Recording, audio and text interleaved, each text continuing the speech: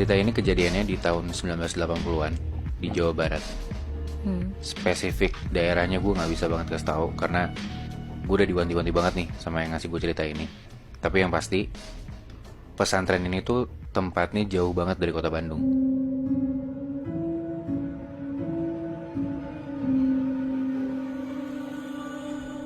Nah, jadi ceritanya ada sepasang sahabat, sebut aja namanya Rido dan Hilmi.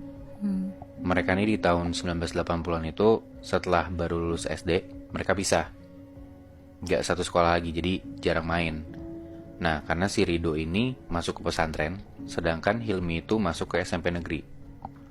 Singkat cerita, sampai mereka udah SMA, si Rido lanjut pesantren di pesantren yang sama, dan ternyata Hilmi itu dimasukin ke pesantren yang sama kayak Rido. Jadi satu sekolah lagi? Iya, satu tempat lagi, Moy. Nah, alasannya kenapa si Hilmi ini masuk pesantren, gara-gara si Hilmi ini anaknya bandel banget. Hilmi itu suka bikin orang celaka, dan Hilmi pun sendiri itu badannya sering babak belur. Bener-bener hancur deh pokoknya anaknya. Ya, dia suka berantem gitu. Makanya bokap nyokapnya ini masukin Hilmi ke pesantren. Mungkin mindset orang lama juga kali ya, kayak kalau anaknya bandel ya udah dimasukin pesantren biar jadi bener lagi gitu. Iya. Nah, bokap nyokapnya Hilmi ini nitipin Hilmi tuh ke salah satu ustadz, nitipin juga ke Rido, ya biar minta dibantuin gitu biar Hilmi nggak bandel lagi. Singkat cerita, akhirnya Hilmi dan Rido jadi deket lagi, kayak dulu waktu mereka masih SD. Nah, Rido tuh bantuin Hilmi di pesantren, kayak diajarin ngaji dari awal, disuruh sholatnya bener, kurang-kurangin ngomong kotor, ya dijagain banget lah. Dan hebatnya, Hilmi ini jadi anak yang gak suka ngomong kotor, sholatnya juga jadi rajin, ngajinya juga lancar banget. Dan itu hanya dalam waktu 1 bulan. Cepet banget berarti ya? Nah, gue juga ngerasa gitu. Nah, gue sebenarnya nggak tahu sih hitungannya itu cepet apa enggak. Cuman kalau menurut gue, ya itu hitungannya cepet karena ya gue juga ngaji nggak bisa cepet itu gitu loh. Nah, Rido nggak ngerasa gimana-gimana dengan Hilmi yang bisa cepet belajar itu. Karena ya Hilmi ngejalanin belajar di pesantren tuh kelihatannya serius-serius aja. Dan bisa dibilang Rido selalu ngabisin waktu sama Hilmi, kecuali di malam hari. Karena hampir tiap malam si Hilmi itu pergi keluar pesantren, karena dia ngikut satu perguruan silat. Nah, jadi peraturan di pesantren ini tuh emang ada jam bebasnya gitu, Muy. Nah, mereka boleh keluar dari area pesantren setelah jam 9 malam, dan nanti harus balik lagi sebelum jam 1 pagi. Nah, gue gak tahu ini peraturan di pesantren itu doang, atau zaman dulu semua pesantren itu kayak gini. Karena ya setahu kita kan kalau pesantren sekarang 24 jam mereka harus di dalam area itu kan. Iya benar. Ya. Tapi ya intinya setiap malam itu mereka dikasih waktu kosong buat keluar-keluar tuh gak apa-apa. Nah, 1-2 bulan tuh aman-aman aja. Sampai di bulan ketiga, Rido ini mulai ngeliat gelagat si Hilmi tuh aneh. Kenapa? Jadi kalau di pesantren ini tuh makannya kayak di satu piring gede berlima gitu, kebayang gak sih lo? Jadi kayak nasinya banyak, terus ada lauknya di tengah-tengahnya gitu. Ya. Nah, pas makan bareng ini, si Hilmi tuh cuma makan nasi putihnya doang. Kayak kalau misalnya ada lauk, itu tuh gak dimakan. Terus kalau nasi kena kuah dikit juga gak dimakan sama dia. Jadi benar-benar pure nasi putih aja. Aneh banget kan? Nah, pas ditanya sama Rido, kenapa kok nasinya doang yang dimakan?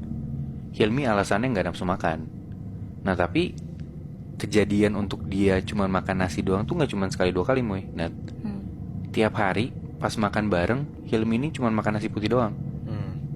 Dan hal ini tuh dilihat juga sama ustadznya.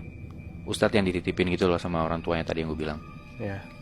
Nah, karena Rido deket sama Hilmi, Rido dipanggil lah sama si ustadz ini. Sebutlah nama ustadznya Ustadz Dadang gitu ya. Sekalian semacam laporan perkembangan gitu, kayak si Hilmi ini gimana perkembangannya, ngajinya segala macam.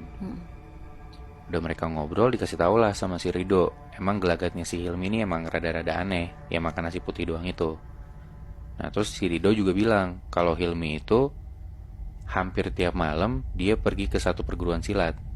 Nah, si Rido itu bilang kalau Hilmi itu ikut perguruan silat di tempatnya Ki Januwiryo. Sebut aja namanya gitu ya. Oke. Nah, ngedenger kayak gitu sih Pak Ustadznya kaget.